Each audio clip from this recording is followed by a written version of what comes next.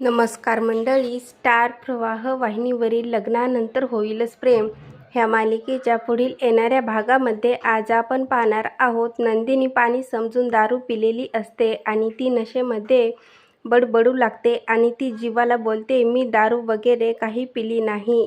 नंदिनी देशमुख दारू पिणार नाही, मला तर तुमच्या प्रेमाची नशा चढलेली आहे असे बोलून ती त्याला मिठी मारते. तेव्हा जीवा देखील मनोमन खूपच आनंदित झालेला असतो. तर इकडे आपण पाहतो की काव्या ही पार्थला बोलते, मी जीवावर आतापर्यंत माझे प्रेम असल्याचा क्लेम करत होते, परंतु मला खऱ्या प्रेमाचा अर्थ समजला नाही.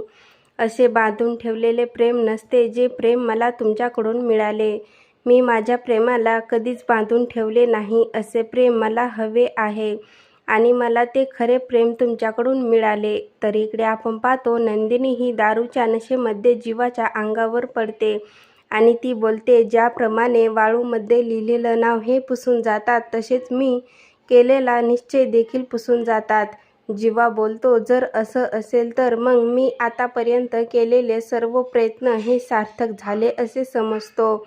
आणि दोघेही एकमेकांकडे प्रेमाने पाहतात व मिठी मारतात. आता पुढील येणाऱ्या भागामध्ये जीवा आणि नंदिनी एकत्र येणार का? त्याचबरोबर पार्थ काव्याला माफ करणार का? हे पाहणं खूपच मजेदार ठरणार आहे.